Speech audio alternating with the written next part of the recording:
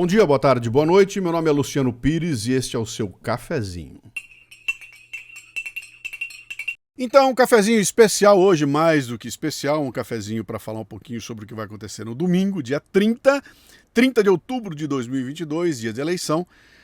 Talvez a eleição mais importante da história do Brasil nos últimos 100 anos, ou desde que eu me lembro, por gente, né? E eu fiz questão de vir de camiseta vermelha por causa da frase dessa camiseta. Olha só. Parta do princípio que você está errado, seu objetivo é estar menos errado. Quem disse isso foi Elon Musk. Nada mais propício para esse momento do que isso, e nada mais propício para estar escrito numa camiseta vermelha. Antes de eu começar, entra aqui embaixo, dê o seu positivo, ou então comece a dar um negativo, vai ficar puto com o que vai ouvir aqui. Muita gente vai entrar no comentário, vai falar abobrinha, vão receber um monte de dislikes aqui, mas não importa, interaja com o post, tá? Porque aí o YouTube pensa que... Pensa nada, cara. Eu descobri essa semana, através de um relatório que eu recebi lá do Facebook e tudo mais, que eu tô em shadow banning em todas essas redes aí, né? Eu não sou atacado diretamente, mas ali minhas contas estão restritas, tem lá que eu sou praticamente um criminoso para as redes, porque eu falo coisas que os wokes das redes não gostam de ouvir, né? Então, paciência. E o YouTube deve estar a mesma coisa, por isso que o canal não cresce. Agita, não tem como crescer o canal, né? Mas vamos lá, faz parte do processo. Então entra aqui embaixo, clica, conta para as pessoas e vamos em frente, né? Deixa eu começar com uma perspectiva histórica aqui para você entender de onde vem o meu problema com os vermelhos, né? E eu cheguei em São Paulo em 1975, 74 para 75, para estudar no Mackenzie, e vivi no Mackenzie intensamente e alguns momentos muito fortes da política brasileira. Estava entrando na reta final do governo militar. E em 77 começou um movimento estudantil bastante importante na USP, no próprio Mackenzie. Eu estava lá como editor do jornal Análise do Diretório Central dos Estudantes do Mackenzie, então eu participei ativamente daquela movimentação toda. Em 79 eu participei outra vez, quando a gente foi para as ruas com o cabelão aqui, pedindo a volta do irmão do Enfio, pedindo o fim da censura, pedindo liberdades. Foi um movimento muito bonito, né, que aconteceu naquela época e que culminou com o final do governo militar. Mas ao longo dessa movimentação toda, eu cheguei a participar de algumas assembleias estudantis, onde elementos dos sindicatos vieram para orientar a garotada, para contar o que estava acontecendo. O Lula estava surgindo lá no ABC, né? E eu participei de algumas reuniões ali e vi com os meus próprios olhos, e ouvi com meus próprios ouvidos, estarrecidos, alguns momentos de intensa e acalorado debate ali, quando eu percebi claramente qual era o método desse pessoal que vinha lá dos sindicatos, né? E o método é muito simples, cara. Olha, a minha opinião é esta, a tua é diferente, você pode ficar com a sua opinião, mas eu vou quebrar teu braço, né? Eu vou riscar seu carro, eu vou furar os pneus do seu carro, eu vou acabar com a tua vida, cara. E eu vi isso acontecer de forma truculenta. Eu vi gente tomando porrada, cara, porque não concordava com determinadas ideias. E quando eu olhei aquilo, eu falei, cara, tem alguma coisa errada aí. E a partir desse momento, eu tive uma posição muito clara, cara, eu não vou entrar nesse jogo, eu não vou fazer parte de um grupo que convence pela porrada, sabe, que convence o outro na porrada. E para mim ficou muito claro. Tinha argumentos ali que não paravam em pé, mas que acabavam sendo os argumentos vitoriosos, porque a turma tinha medo de apanhar, né? E era assim lá atrás, e se provou assim ao longo do tempo. Eu assisti de lá para cá, cara, momentos em que eu vi gente tendo a vida destruída, cara. Inclusive gente do próprio partido.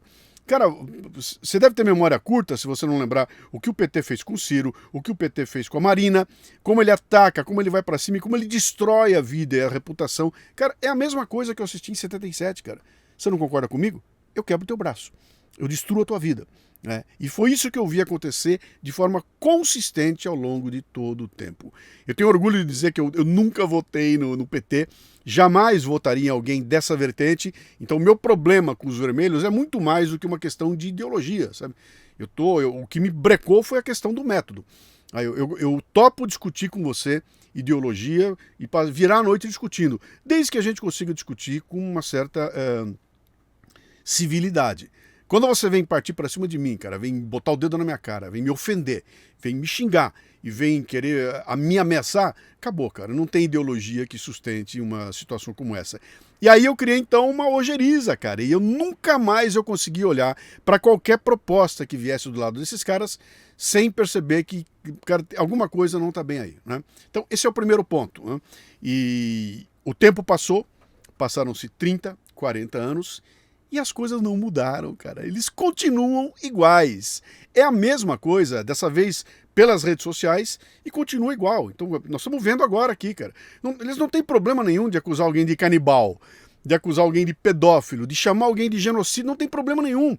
Entendeu? Mesmo que não tenha cabimento, que não faça, não tem problema nenhum. O lance, cara, é amedrontar o adversário e fazer com que ele engula as suas ideias, porque você é mais forte, é mais ameaçador que ele. Cara, nesse jogo eu não vou entrar e não há o que justifique entrar num jogo como esse. Então, esse é o primeiro ponto, tá? Tem uma questão formal aí que me incomoda bastante. Do ponto de vista da eleição que vem aí, cara, eu não vou nem discutir Bolsonaro e Lula, porque é impossível uma discussão dessas duas figuras que viraram caricaturas, né? São duas caricaturas que estão ali. Você não consegue olhar para nenhum dos dois e tentar fazer uma discussão. Eu tentei fazer nos meus podcasts em 2018, eu fiz uma série de podcasts contando, cara, explicando de onde veio o Bolsonaro, como é que ele é. Não eram podcasts defendendo o Bolsonaro, era explicando, cara, de onde surgiu essa figura, como é que ela aparece, o que trouxe ela até aqui, né? Bom, por causa daqueles podcasts, eu fui escorraçado, perdi um monte de ouvinte, cara, fui jogado num limbo da internet, a podosfera quer ver, o capiroto não quer me ver, né? Mas eu não volto atrás de tudo aquilo que eu fiz, mas eu concluo que hoje em dia é impossível você discutir essas duas figuras públicas, porque elas foram transformadas em caricaturas, né? Os dois lados, são duas caricaturas, né? Para tirar a casca da caricatura e discutir os dois homens, né? As duas pessoas que estão ali, não dá para ser por aqui. E rede social, esqueça, cara, porque entra um monte de maluco, entra um monte de louco falando bobagem, falando coisa que não existe, cara, coisas tão óbvias, tão básicas, que dá cansaço só de ler aquilo. Então, aqui não é o lugar para comentar. Quer comentar as figuras? Vamos lá para as minhas áreas, que eu tive que criar, né? Áreas que são pagas, onde você tem pessoas que estão lá com vontade de discutir, lá dá para ter uma discussão. Aqui em rede social, esqueça. Então, eu não vou discutir as duas caricaturas, elas não me interessam, tá? No momento aqui eu quero discutir um pouco sobre os planos que essas duas pessoas trazem para nós, né? Então, nós temos dois planos que são completamente diferentes. Não é que tem um plano e o outro é um pouco... Não, eles são distintos. Tem dois planos que são completamente distintos, né? Um deles a gente viu ser colocado em prática ao longo de 16 anos, né? E a gente viu tudo o que aconteceu no Brasil. Então, tem pessoas que só conseguem ver a casca, elas viram o marketing, elas viram a campanha, elas viram a conversa, o papo de que tiramos todo mundo da fome, do papo de que aumentamos a classe média, da conversa de que naquela época você tinha a picanha, agora você... É um monte de narrativa que sustenta, que tem pessoas que se julgam suficientes com essa narrativa. Outras mergulharam mais fundo. Entenderam o que estava acontecendo, viram que aquele momento de exuberância econômica era uma conta antecipada que ia ter que ser paga na sequência. E foi paga na sequência, cara. Pede para algum aposentado aí dos Correios, que esses caras estão sendo descontados o salário deles durante 18 anos para pagar rombo que aconteceu para todo lado. Então teve roubo, teve corrupção, a gente viu isso esfregado na cara da gente por anos a fio. A gente viu bandido devolvendo dinheiro, viu gente presa, viu tudo aquilo acontecendo, e agora alguém chega e passa uma borracha e quer dizer, não, esqueça aquilo tudo, porque agora eu sou bonzinho, né? Agora vai dar certo, tá? Então eu vou corrigir todas as cagadas deste país, mas esqueçam tudo que eu fiz, tá? Porque é daqui pra frente. Agora eu sou outro. Que outro, cara? Qual é o outro que muda aos 77 anos de idade, cara? Não tem nada diferente ali. Olha quem tá em volta, olha com quem essa curriola tá andando, cara. Olha para aquilo lá, imagina que você vai ter um corpo de ministros com Renan Calheiros no meio, cara, com essa canalhada toda vai voltar. É só olhar para aquilo e falar, cara, será que eu quero isso? Não, eu já experimentei isso. Eu já vi o que é. Eu já entendi como é que funciona essa coisa. E não tem nada a ver com cuidar de pobre, cara. Aquilo foi uma vergonha, né? Aquilo tudo que aconteceu era um 171 durante 16 anos, contando uma história, cuidando dos pobres, desde que continuassem pobres, né? Sem nenhum interesse em tirar as pessoas da miséria, na verdade, usando a miséria como cara, para ir adiante, para ter aquilo como voto. Bom, cara, juro, cara, eu fico cansado. Me cansa ter que mostrar isso tudo, contar isso tudo. Eu não quero contar, não vou entrar em detalhe aqui. Quiser, cara, tá cheio de sites aí mostrando. Eu não quero entrar nesse assunto. O outro plano qual é? É um plano mais novo, é um plano diferente, é um plano que a gente não tinha experimentado ainda. É um plano que traz visões liberais que o Brasil sempre precisou e nunca implementou e que estão sendo devagarinho implementadas. Ninguém faz nenhuma mudança sem doer pra cacete, cara. Quando você bota uma faixa de sob nova direção numa padaria, você sabe que alguém entrou lá e já botou tudo abaixo, cara. Já mandou um monte de gente embora, já teve que trocar as coisas de lugar, teve que arrancar a sujeira da parede. Então vira uma bagunça e dói pra cacete. E um novo governo doeria pra cacete porque ele entra pra romper com tudo aquilo que vinha acontecendo durante 16, 17 anos, né? Então haveria uma dor, a gente sabe, e essa dor dói em todo mundo. E aí dói em todo mundo, cara. Só não dói no milionário que tá com a vida feita, que tá tranquilo e que vai ter as preocupações dele, mas não vai sofrer como sofre quem fica sem comida lá na frente. E o que a gente assistiu durante 4 anos foi uma tentativa de que essas reformas começassem a ser feitas, né? Eu não imaginava que haveria tanta gente tentando não deixar fazer, né? Tentando não deixar que as coisas acontecessem. E eu imagino que nem o pessoal, nem a turma do Paulo Guedes imaginou o componente político que seria colocado diante deles e que não deixaria que os técnicos que conhecem o assunto e que sabem muito bem o que tem que ser feito não possam fazer, porque tem um rolo político que vai os obrigar a conversar com todo tipo de canalha, cara. Porque eles estão lá, estão sentados lá e tem que ter esse acordo todo. Então, cara, isso é um mundo que está em mudança, numa mudança profunda. O Brasil passou nesses últimos 3 para 4 anos por mudanças profundas que não aparecem. E a mídia faz questão de não mostrar. Ela não toca em nenhum assunto bom. Nada que vier de qualquer atitude positiva desse governo merece atenção. Porque a curriola, quem está com o sino na mão, quem está com a câmera na mão, quem está com a lâmpada na mão, está do outro lado. Está com outro tipo de interesse, né? Uma outra coisa importante que a gente tem que lembrar aqui, se você olhar do ponto de vista econômico, quem mais se incomodou pelas políticas que foram implementadas ao longo desses 4 anos? Cara, foram os bancos. O pessoal de banco tá puto da vida com tudo que foi feito, porque perdeu receita para todo lado. E a promessa é que continue a perder também. Diretamente, quando se coloca uma coisa tipo PIX, tipo soluções que fazem com que o banco perca áreas que ele pode arrancar dinheiro da gente, e também quando você baixa o juro e reduz a parte dos rentistas, né? Pô, você quer mais moleza do que ganhar dinheiro, ficar sentado aqui com o dinheiro aplicado, rendendo? Banco faz isso, banco quer isso. E o banco nunca teve uma situação tão boa como teve na época dos vermelhos, que se elegeram dizendo que eram contra os bancos. E a hora que entram lá, fazem tudo que os bancos querem. Então, tem um monte de inimigos que quer voltar para o que era antes. Quer voltar para um mundo de narrativas, um mundo que mostra uma coisa, que torce números, que conta mentira com a cara dura lá fora, confessado por eles, né?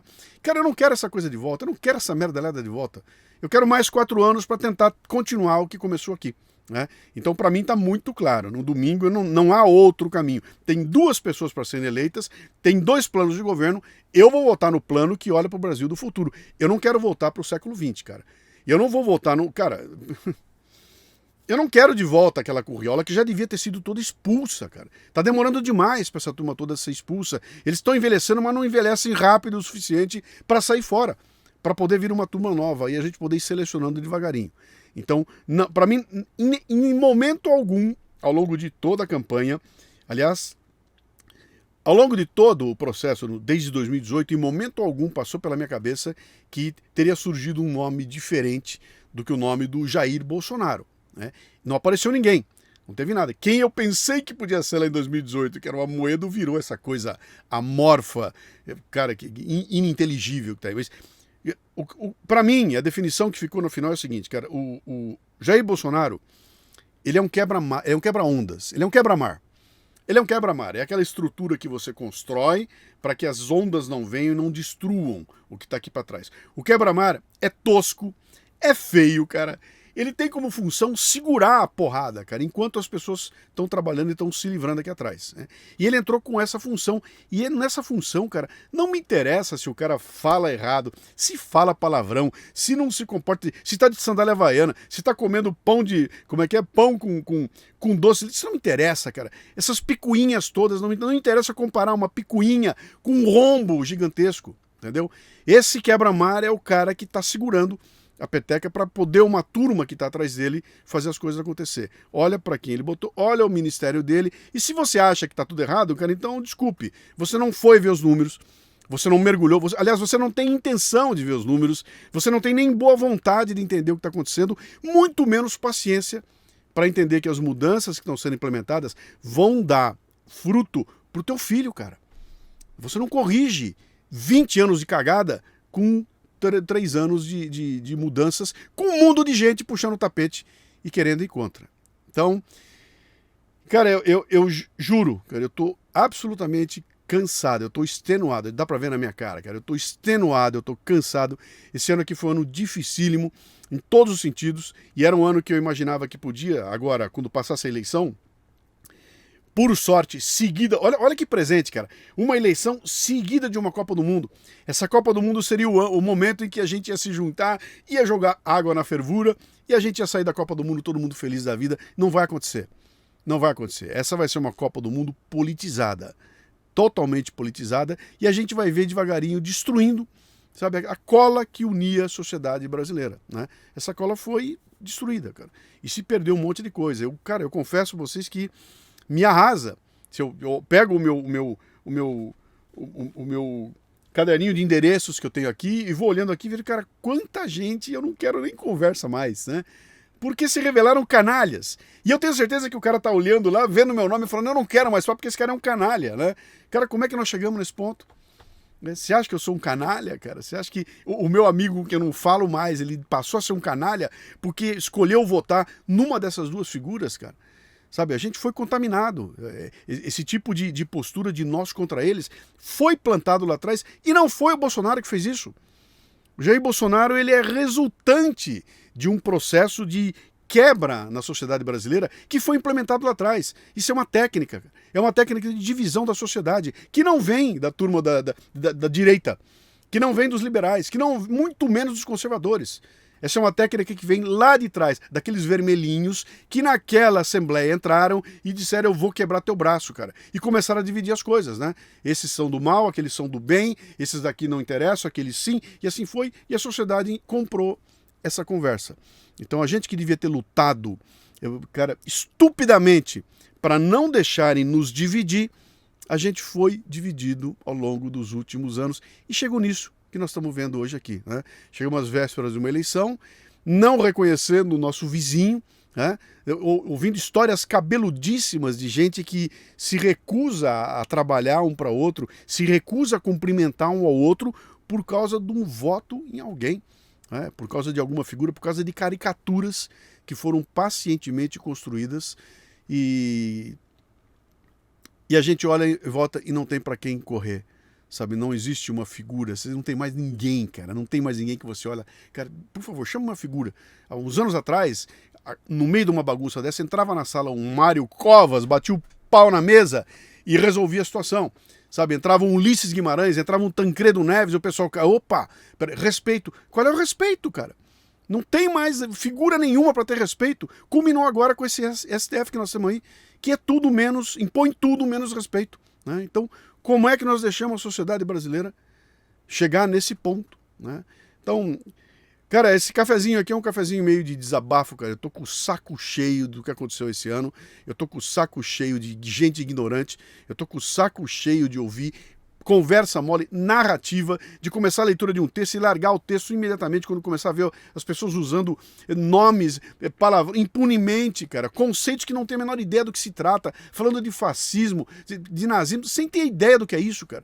As pessoas perderam completamente senso de proporção, perderam tudo, né? E o que sobrou foi essa sociedade onde sai porrada para todo lado. Ontem eu conversei, fiz uma live com o Alessandro Loyola, e ele me falou de uma pesquisa que apareceu, mostrando que o QI médio brasileiro está em 83. E aí dá para entender, né? Com um QI de 83, você não pode querer mais do que ver gente ligando o YouTube para ver bunda, para dar audiência para imbecil, sabe, para pegar idiota, transformar idiota em celebridade. Por quê? Porque com 83% de QI médio, você não pode querer que alguém leia um texto e entenda o que está lendo ali, né? Entenda uma ironia. Quanto mais entender um plano de governo. Né? Com 83% de média, com 83 pontos em média de QI, a única coisa que eu consigo entender é que alguém vai me dar uma picanha. Aí eu entendo e vou lá. Eu vou votar porque me dá picanha. E o outro eu não consigo entender nada do que o cara está falando. Eu só consigo entender o rótulo, a caricatura. Né? E é nesse mundo que a gente entrou. Então, cara, meus pêsames a você que entrou nessa conversa, que está comprando essa narrativa toda, que sabe o que está errado, que vai conscientemente apertar um botão e votar em alguém que representa toda essa podridão que a gente viu lá atrás. Né? Porque alguém contou para você uma história e você comprou a história. Eu tenho nojinho, eu tenho não sei o que, cara. Meus pêsames, né? Isso é que virou o Brasil. Bom, domingo tá aí. Vote com consciência. Prometo para você que eu vou continuar. Os amigos que pensam diferente de mim, e eu os tenho, que votam diferente de mim, e eu os tenho, e eu sento com eles na mesa, eu amo esses caras, e a gente é completamente diferente, nós vamos continuar sentando numa mesa, tomando chopp e conversando e jogando conversa fora, como a gente sempre fez. Isso não vai mudar nada. E não vai mudar porque antes de política, a gente é amigo. Né? E eu estou olhando para esse momento todo aqui, estou descobrindo que aqueles que abandonaram, aqueles que saíram, nunca foram amigos, né? Nunca gostaram de mim. Eles estavam lá por uma conveniência qualquer, que é uma conveniência que é rompida no momento em que eu digo alguma coisa que ele não gosta. Então, se eu digo alguma coisa que você não gosta e você rompe comigo, esse não gostar é mais importante do que qualquer sentimento de amizade, de carinho, de amor que você tinha comigo. Então, cara, é o livramento. Né? Dizer não te sigo mais é um livramento, cara. Vá com Deus, vai cuidar da tua vida. Eu tô aqui empenhado em cuidar da minha, em continuar a fazer o meu trabalho, que eu julgo que é um trabalho honesto, é um trabalho que eu desenvolvo aqui. A maior parte dele não me traz nenhuma retribuição, não ganho nada com isso. Eu tô jogando conteúdo para as pessoas para tentar ajudar a fazer um Brasil melhor, né? E seguir sempre esse princípio aqui, cara. Ninguém é mais crítico comigo do que eu. Para mim, eu estou sempre errado. Eu estou sempre errado. E eu vou tentar descobrir qual é o caminho certo e, evidentemente, não vou no certo do outro só porque o outro tem uma conversinha boa. Não, cara. Eu preciso mais do que conversinha, mais do que narrativa. Tá bom? Cara, com Deus no coração, né? Com Deus na alma, com esperança. Domingo, pense bem, a hora que você for apertar aquele botão ali, você não está votando numa pessoa ou na outra pessoa. Você está voltando em projetos, né? Um deles está focando no futuro e o outro quer voltar ao passado. E aquele que quer voltar ao passado é vermelho, tá? Tome cuidado com o que você vai fazer no domingo. Tá bom?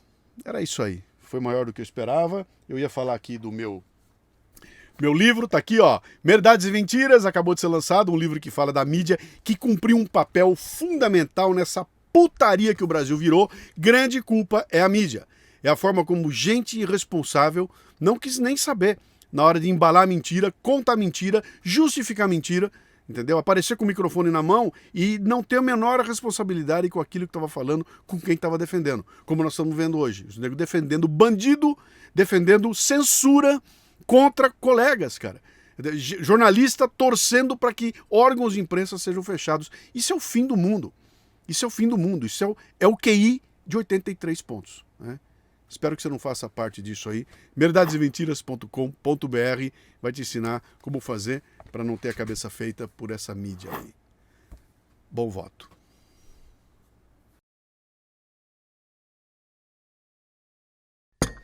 Este cafezinho chega a você com o apoio do cafebrasilpremium.com.br. Conteúdo extra forte para seu crescimento profissional.